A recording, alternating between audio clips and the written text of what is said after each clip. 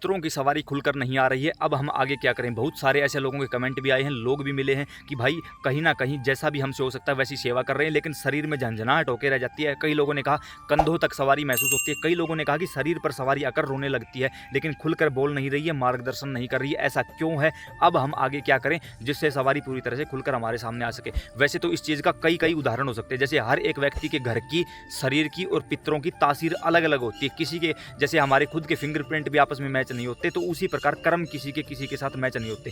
सबसे पहले ये देखा जाता है कि आप लोगों ने साधना क्या कर रखी है। बहुत सारे लोग ऐसे हैं डायरेक्ट माला उठाई पितरों की सवारी के लिए चल पड़ते हैं, उनको यही नहीं पता पितर है कौन। जब तक यही नहीं पता कि पितर है कौन तो कैसे कौन सवारी ले लेगा आपके ऊपर।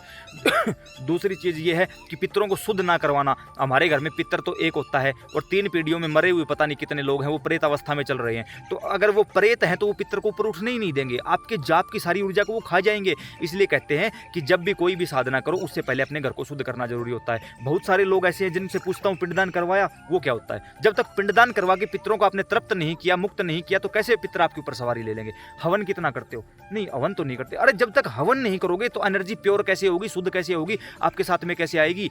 बहुत सारे लोगों से पूछा क्या नियम तो कोई नहीं है, ब्रह्मचर्य पालन किया, अरे नहीं वो नहीं हो पाता। फिर कैसे, अरे जब आपका आपके शरीर के ऊपर नियंत्रण नहीं है, आप किसी दैवीय शक्ति को कैसे अपने शरीर के ऊपर हैंडल कर लोगे, सवाल ही पैदा नहीं है। अब मान लो बहुत महंगी गाड़ी आपके पास हो, चलानी ना होती हो, खुद का नुकसान करोगे, सामने वाले का भी करोगे। उसी समय उसी तरीके से ये सवारियां होती है, ये कोई मजाक नहीं होता, खेल थोड़ी होता। सवारी शरीर पर बुला ली, बहुत सारे लोगों को तो ये मन में रहता है कि अब हम पूछा देंगे लोगों की, और बहुत सारे लोग करते भी ये काम और खुद का विनाश कर बैठते हैं। ऐसा काम गलती से भी नहीं करना है। तो उसके लिए सवारी खुलकर नहीं आ रही, इसके पीछे पहले आपके शरीर की कमी है, कहीं ना कहीं आपके शरीर अभी शुद्ध नहीं हुआ है। दूसरा, आपका मंत्र अभी जागृत नहीं हुआ है। तीसरा, आप नियम का पालन नहीं करते। चौथा, आपको आपके पितर के बारे में नहीं पता है। अगला, आपने पितरों का पिंडदान तर्पण नहीं करवाया है। उससे अगला, आपने अपने घर को शुद्ध नहीं करवाया है। उससे अगला, आप हवन में कमी छोड़ रहे हो। उसके अलावा आपका ध्यान नहीं है। उसके अलावा कहीं ना कहीं कोई ऐसी चीज है जो आपके पितर को ऊपर उठने से रोक रही है। इसलिए 4 पीढ़ियों में जितने लोग मरे हैं सभी के नाम की नारायण बलि करवा दो। आपके आसपास कोई भी तीर्थ हो, वहां जाके आप नारायण बलि करवा सकते हो, नारायण बलि करवाओ। इन चीजों को खोलने के लिए सबसे ज्यादा जरूरत पड़ती है आपके भाव की। जितना आपका भाव बढ़ता जाएगा, आपके पितर ऑटोमेटिक आपसे कनेक्ट होते चले जाएंगे। दूसरा, जरूरत पड़ती आसन साधने की। एक आसन पर बैठकर ध्यान लगे ना लगे, मन करे ना करे, निरंतर जाप करो। निरंतर, चाहे बोल कर करो, चाहे मानसिक रूप से करो। जो एक मंत्र पकड़ रखा है उसी मंत्र के ऊपर जाप करो। विशेषकर लोग क्या गलती करते, मान लो हमने मंत्र जाप किया ओम नमः शिवाय, और अब हम पितरों की साधना पर बैठे हैं, अब हम पितर गायत्री जाप कर रहे हैं। अरे सिद्ध तेरा ओम नमः शिवाय है, तू पितर गायत्री क्यों कर रहा है ये बता। ओम नमः शिवाय से क्या पितरों की प्राप्ति नहीं होगी।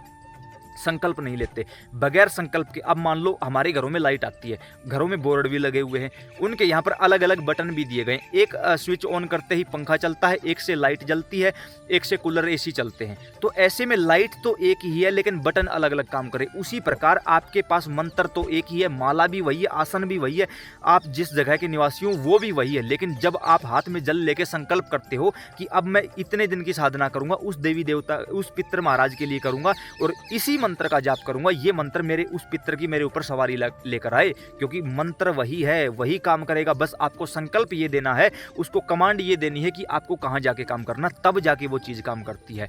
शरीर पर आकर सवारी रोकती है तो भी सवारी आधी है, अधूरी है, हल्की है, कमजोर है।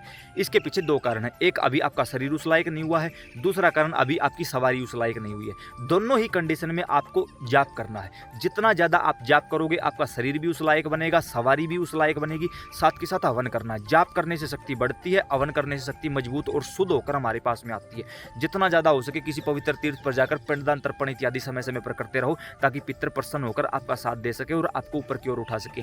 जितना ज्यादा हो सके मंदिरों में जाकर, तीर्थों पर जाकर वहां पर माला किया करो। अब किसी तीर्थ में, जैसे आप हरिद्वार चले गए, वहां पर गंगा में खड़े होकर अगर आप माला जाप करोगे तो अनंत गुना फल मिलेगा। पहाड़ पर बैठकर करोगे उससे ज्यादा मिलेगा। गुरु महाराज के पास बैठकर करोगे कई गुना फल मिलेगा। उस प्रकार जो दिव्य मौके होते हैं, जैसे कि अमावस्या होती है, पितृपक्ष का समय है, शिवरात्रि है, कोई ग्रहण काल है, कोई भी विशेष पर्व है, उस पर अगर आप साधना करते हो तो उससे आपको कई गुना रिजल्ट मिलता है। पूर्ण सवारी प्राप्त करने के लिए डायरेक्ट यूट्यूब पर सर्च करिए पितरों की सवारी कैसे मिलेगी, अशोक कुमार वीडियो, उसमें हमने सब कुछ करके दिखाया हुआ है। अगर आप उस तरीके से काम करते हो तो 100% रिजल्ट मिलेगा। काफ़ी लोगों ने ये भी कहा कि भाई आपके साथ जुड़ना है, नीचे डिस्क्रिप्शन बॉक्स में व्हाट्सएप ग्रुप का लिंक दिया है, वहाँ से आप हमारे साथ डायरेक्ट जुड़ सकते हो। सीताराम।